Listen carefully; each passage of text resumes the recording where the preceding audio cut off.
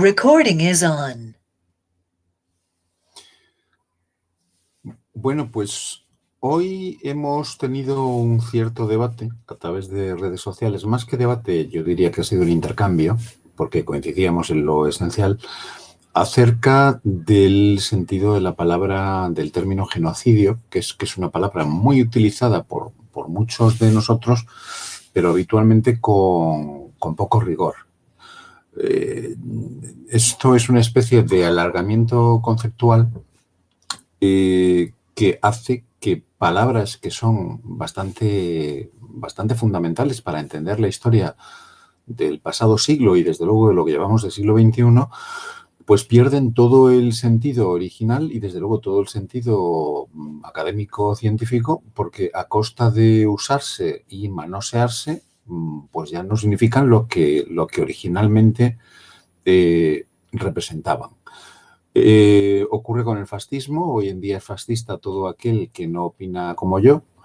Ocurre lo mismo con la palabra diálogo, tan manoseada en tiempos del gobierno de Rodríguez Zapatero y desde entonces hasta la actualidad. Yo creo que es también una especie de comodín que vale para todo, a menudo justamente para no dialogar con fuerzas opuestas, fascistas, utilizando ese alargamiento conceptual.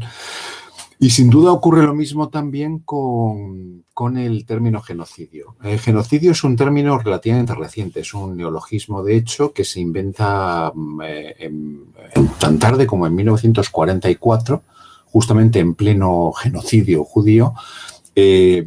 Rafael Lemkin es judío de origen. Él emplea aquel término efectivamente para hacer referencia a la masacre sistemática que se está haciendo del pueblo judío por razones más raciales que religiosas, por parte de esa ideología totalitaria tan nefasta como fue el nazismo.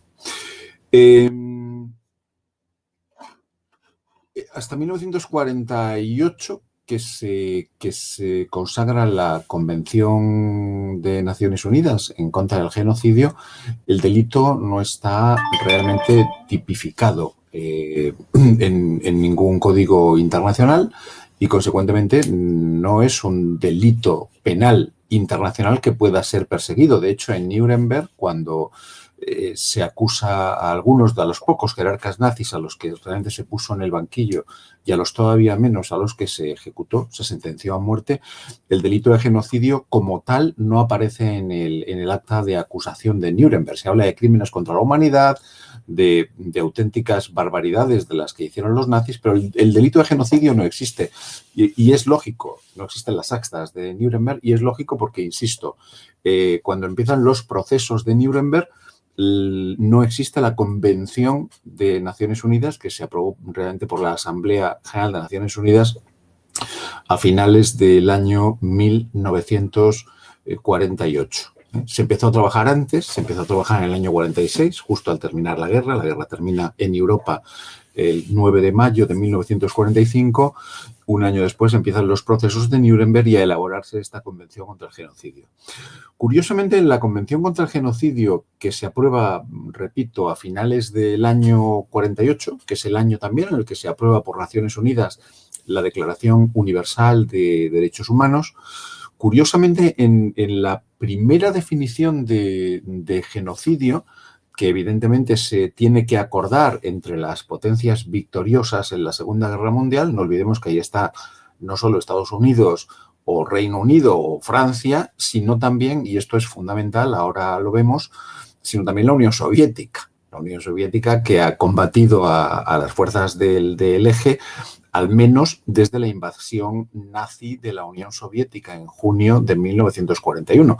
Por más que desde el año 39 a junio del 41 exista un pacto, una alianza nazi-soviética, el llamado pacto Molotov-Ribbentrop, por el cual incluso ambas potencias totalitarias, por una parte la Unión Soviética es un totalitarismo comunista y el nazismo pues es el nazifascismo del que poco más hay que indicar. Llegan incluso a hacer un acuerdo de reparto del territorio de Polonia. Polonia es invadida en primera instancia por los alemanes, pero muy pocos días después, un par de semanas después, los soviéticos la invaden también por su lado oriental y estrangulan las raquíticas fuerzas polacas, como es bien sabido, en muy poco tiempo, ¿no? Bueno, vuelvo al origen de la Convención de Genocidio, porque es importante para entender por qué tiene la redacción que tiene en la actualidad y que se ha mantenido, y que la ha heredado la reciente creación de la Corte Penal Internacional en el año 2000. La definición original de genocidio, de lo que se viene, me voy a saltar, no voy a leer de la propia convención, lo explico en palabras llanas. Lo que viene a decir es que el genocidio es la intención manifiesta, calculada, programada para exterminar, para acabar con toda una población por razón de raza, de religión, de ideología o de nacionalidad. En aquella definición original se habla expresamente del exterminio sistemático de población en orden y función de la ideología que pudieran tener o de la clase social a la que pudieran pertenecer. Evidentemente, con este matiz, que es bastante fundamental, lo que se estaba poniendo en el punto de mira era no solo la persecución, no solo los crímenes realizados por el nazismo, por razón ideológica. Los nazis persiguieron a los socialdemócratas, los nazis persiguieron a los comunistas, los nazis persiguieron a los liberales. En realidad, los nazis persiguieron a cualquiera que no fuera nazi. Es más, también a muchos otros nazis, por no ser lo suficientemente afectos al régimen. Pero claro, este punto de persecución ideológica o de clase también es un arma de doble filo, porque es perfectamente aplicable al totalitarismo comunista. Claro, los soviéticos están en aquella mesa, en aquel grupo de trabajo de Naciones Unidas, elaborando esa convención contra el genocidio, y ellos no están muy por la labor de que se incorpore en esa definición la persecución por razón de clase o de ideología. Y es las presiones de la Unión Soviética, especialmente de Stalin, por las que se consigue que en la convención que finalmente se aprueba en 1948 contra el genocidio desaparezca ese factor que es fundamental, poniéndose el acento en lo que hoy en día todo el mundo tiene asumido y además es indispensable que aparezca, que es la persecución por razones de raza. Bueno, no solo de raza, hay más elementos en la propia convención de raza, de religión, de etnia, de nacionalidad. Pero no, repito, porque queda expresamente excluido, por razones ideológicas o de clase. De esa manera, los soviéticos se aseguraron de que la convención, una vez aprobada, no iba a ponerles en la picota a ellos, no se les iba a perseguir, porque las persecuciones en la Unión Soviética, al menos la Unión Soviética de 1948, podríamos hablar de la Unión Soviética de la última etapa de Stalin, donde él ya empieza a dar muestras muy manifiestas de un antisemitismo furibundo. Es toda la conjura llamada de los médicos. Él está convencido de que los médicos quieren acabar con los grandes líderes del partido, esencialmente con él, y algunos de esos médicos son judíos. Bueno, pues ahí es cuando realmente empieza una persecución drástica que acaba con una gran parte del cuadro médico en la Unión Soviética y que en última instancia es la que desencadena su propia muerte, ¿no? Cuando tiene el ataque de apoplejía que acaba con su vida en pocas horas. Bueno, esto es lo que significa genocidio, que se suele confundir sistemáticamente, así empezaba, con otro tipo de barbaridades, otro tipo de crímenes contra la humanidad, como es, por ejemplo, el exterminio o la masacre. El matar a muchas personas en una guerra civil, como pasó, por ejemplo, en España. A menudo, incluso el propio Preston habla de genocidio español refiriéndose a los crímenes. Parece que Preston lo focaliza en los crímenes de Franco. Si cogemos la Convención de Naciones Unidas de 1948, repito, y leemos su articulado, yo creo que se desprende bastante claramente que los crímenes en la guerra civil en ambos bandos, sin entrar ahora en la guerra de números y de víctimas, que yo creo que ha sido ya muy bien tratada por la historiografía y que quedan pocas dudas acerca de cuáles fueron los números a uno y otro lado de las trincheras. Vamos, los crímenes cometidos en la guerra civil, ideológicos, de corte ideológico, en el bando republicano por unas razones, en el bando golpista llamado nacional por ellos, por otras razones, son crímenes de corte ideológico y consecuentemente no tienen razón en la convención que se aprobó de 1948. Hubieran tenido espacio si se hubiera aprobado la redacción original que se había en su momento barajado, pero ya hemos visto que la Unión Soviética impidió que fuese así. Por tanto, los crímenes de la Guerra Civil Española pueden llamarse de muchas maneras. Lo más probable es que se hable de masacres en algunos casos, ¿no? Estoy pensando en Paracuellos, por ejemplo, o en Badajoz, por poner dos ejemplos. Guernica, el propio bombardeo de Guernica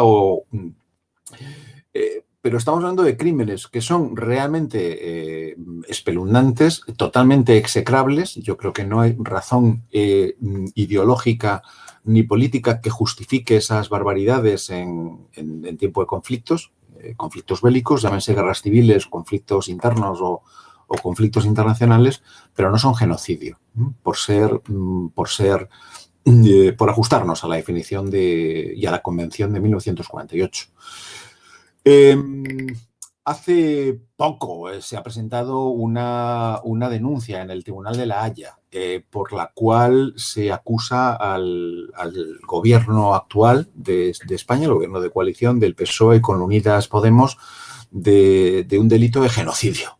Bueno, me parece un disparate absoluto que no tiene ninguna posibilidad de salir adelante. Va a ser sobreseído y probablemente va a molestar mucho al tribunal que reciba esa denuncia, porque lo que ha ocurrido en España, lo que está ocurriendo en España es a mi criterio, una pésima gestión de una crisis médica, pero desde luego no es ni genocidio, ni masacre, ni otro concepto que pueda ser englobado en ese paraguas amplio de crímenes de lesa humanidad, de crímenes contra la humanidad.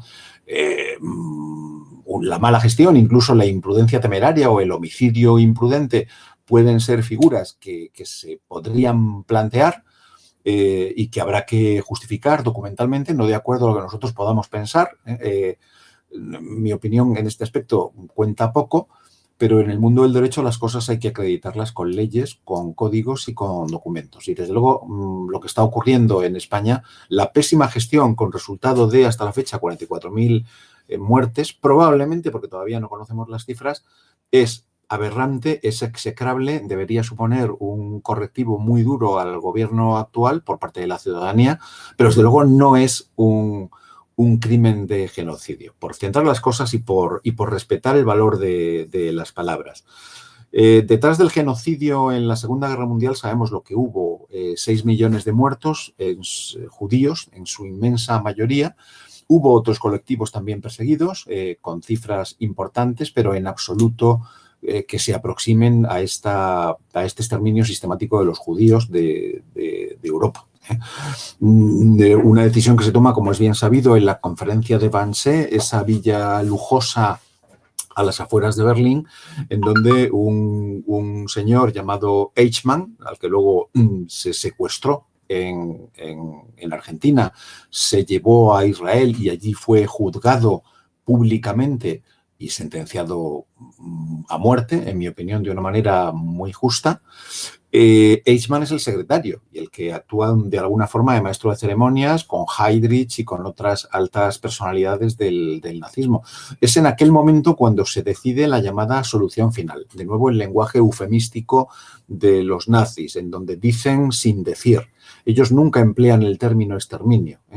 Es una de las razones que emplean los negacionistas de la Shoah o del genocidio judío.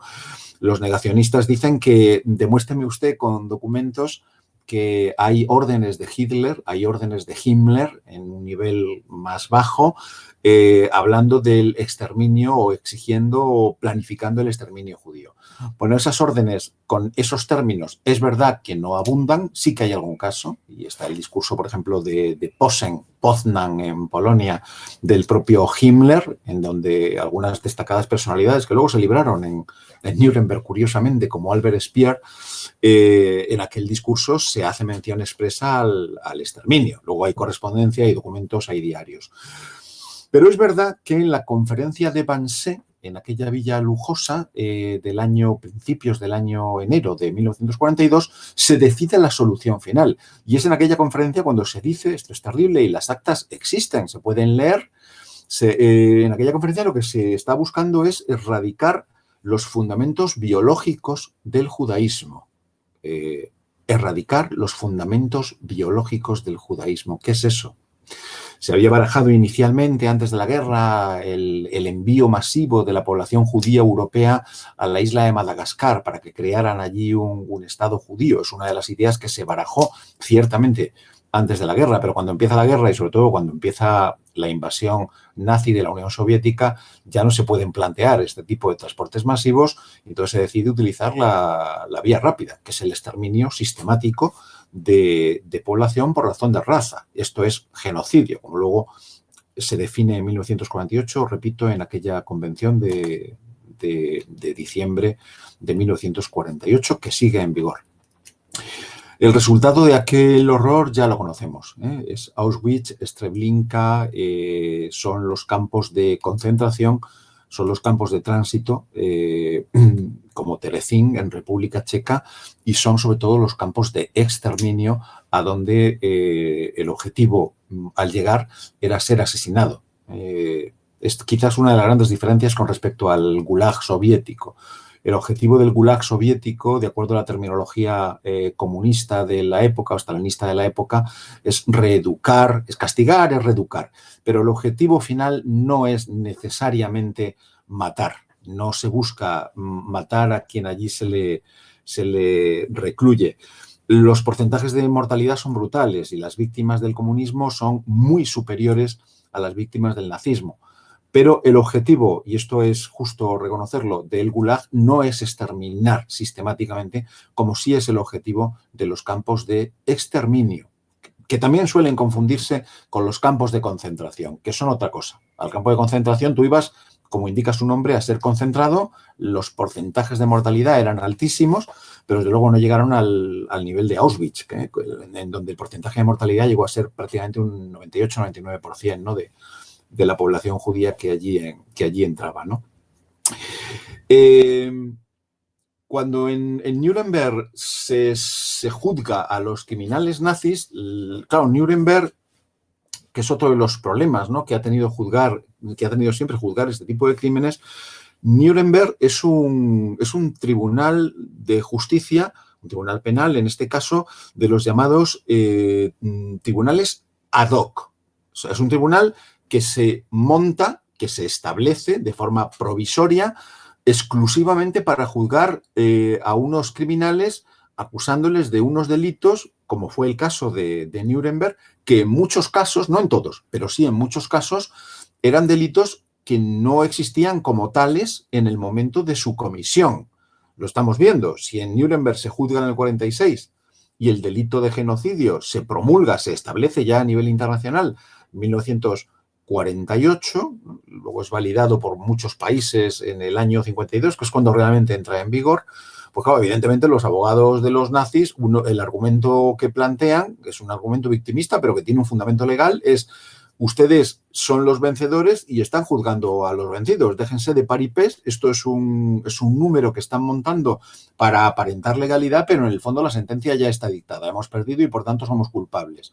Y además nos están acusando de delitos que nosotros, se referían a sus defendidos, que mis defendidos, que eran médicos, que eran abogados, que eran jueces, que eran militares, ahí entra la obediencia debida también, pues no tuvieron más remedio que cometer esos delitos, que echar la firma en esos papeles o que identificar que esta persona era discapacitada sabiendo que al poner el sello en aquel papel ese enfermo, ese discapacitado iba a ser exterminado por esas políticas de eugenesia nazi. Bueno, ellos lo que decían es, en el momento en el que ellos realizaron aquellas acciones, esto no solamente no era un delito, sino que era legal, estaban cumpliendo la legalidad de unas leyes de Nuremberg, de unas leyes eugenésicas o de unos códigos militares. Entonces, bueno, con aquel argumento de me estás acusando de un delito que no existía, no solamente eso, me estás acusando de un delito que no era tal, era legal hacerlo dentro de la legislación alemana del Tercer Reich, y además, un factor fundamental, me estás aplicando retroactivamente normas que acabas de crear en este momento. Ya sabemos que las leyes solo pueden aplicarse, es un principio básico de prácticamente todas las legislaciones democráticas del mundo, no así de las tiranías, pero las leyes solo son retroactivas, sobre todo las penales, si son beneficiosas, porque si no todos tendríamos una inseguridad jurídica enorme. Imaginemos que hablar en teleconferencias hoy no es un delito y por tanto lo que yo estoy haciendo ahora no delinque, no infringe ninguna ley, al menos española, pero dentro de un año hablar en teleconferencia es un delito y alguien quiere acusarme dentro de un año de que hoy, en el mes de junio del año 2020, Fernando Navarro está hablando en teleconferencia. Bueno, es que hoy esto no es un delito. Mañana ya veremos. Y al ritmo que llevamos, tampoco me extrañaría que esto empiece ya a ser pecaminoso. Bueno, Nuremberg es el primer tribunal ad hoc que existe. Luego ha habido otros más, muy sonados, que muchos recordaremos. Los crímenes de Ruanda, de los Grandes Lagos, Hutus Tutsis y, por supuesto, en Europa, el único gran conflicto grande y terrible que hemos tenido después de la Segunda Guerra Mundial, en este enorme periodo de tiempo de paz que tenemos, que fue el paréntesis, ya digo, trágico, de la guerra civil en la ex-Yugoslavia. Aquello, Ruanda, Grandes Lagos, Yugoslavia, ex-Yugoslavia, creó también que se generaran dos tribunales ad hoc para esos dos conflictos civiles. Si nos damos cuenta, son conflictos lo que en derecho internacional humanitario se conocen como los conflictos internos. No son entre dos potencias enfrentadas, sino que es las guerras civiles clásicas. Siguen siendo tribunales ad hoc y siguen adoleciendo exactamente el mismo problema que tuvo Nuremberg. Tienen además un problema añadido los tribunales ad hoc. Aparte de la percepción de que son de vencedores a vencidos, que apuntaba antes, es que sus jueces no son jueces especializados. Esto se vio claramente en Nuremberg. El juez norteamericano que actuó, pues era un señor que venía de un juzgado del Medio Oeste, no recuerdo ahora el estado del que él provenía, y estaba muy familiarizado con cuestiones vinculadas a problemas mercantiles, civiles del Medio Oeste norteamericano de los años 30 del siglo pasado. Y de pronto se encontró con una complejidad enorme que fue Nuremberg, donde estábamos hablando de crímenes masivos y de salvajadas inimaginables, ¿no? Le faltaba esa experiencia, esa soltura, esa solvencia, esa curva de experiencia que se dice en empresa y en organización para juzgar adecuadamente y con justicia, ¿no? Bueno, todo esto parece que se centra un poco más cuando en el año 2000 se crea, después del Tratado de Roma, se crea la Corte Penal Internacional. En español se ha decidido utilizar el término corte, deriva de cart en inglés, antes que tribunal, que hubiera sido lo correcto, ¿no? En nuestro idioma, en español, no nos referimos a los tribunales como cortes, sino como tribunales, tribunal de justicia. Pero en cualquier caso, el consenso es hablar de la Corte Penal Internacional.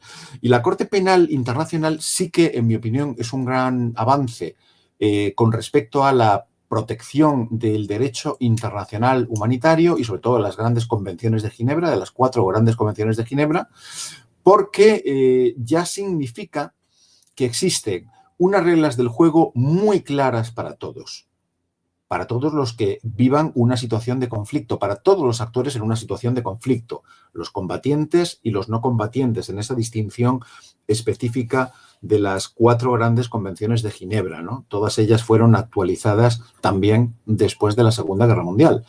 Una se refiere al trato que hay que dar a los prisioneros, otra al trato que hay que dar a los enfermos y a los heridos de guerra, otra al trato que hay que dar a los náufragos, ¿no? O sea, no ametrallarlos, por ejemplo, si estás en un submarino. Y finalmente, que es la Convención Cuarta y la que yo creo que tiene muchísimo más interés de cara a la actualidad de las guerras, en donde las principales víctimas son civiles. Recordemos que los porcentajes de los conflictos posteriores a la Segunda Guerra Mundial hablan, las cifras que se manejan vienen a ser que en un conflicto actual, bien sea internacional o un conflicto interno, una guerra civil, en torno al 5-10% de las víctimas son militares, son los combatientes en el lenguaje de las convenciones de Ginebra, mientras que el 90 o 95% somos nosotros, somos los civiles las principales víctimas de los conflictos. Esto se exacerbó, sobre todo a partir de la Segunda Guerra Mundial, con los bombardeos masivos de ciudades. Pensemos simplemente en los bombardeos de Londres y de ciudades inglesas por parte de los nazis, los bombardeos de Hamburgo o de Dresde por parte de los aliados y desde luego los terribles bombardeos de Hiroshima y Nagasaki, en donde hubo solamente en Hiroshima más de 200.000 muertes en una sola bomba, en un solo momento, ¿no? Olvidamos además luego los heridos y las enfermedades que incluso hoy en día siguen siendo herederas de aquel horror, ¿no? de agosto de 1945, ¿no? Cuando se arrojaron las bombas. La Convención Cuarta, por tanto, protege también a la población civil y eso es fundamental. Luego hubo dos protocolos adicionales en los años 70 y estas convenciones lo que hacen es garantizar la vida y la seguridad de la población civil en situación de guerra.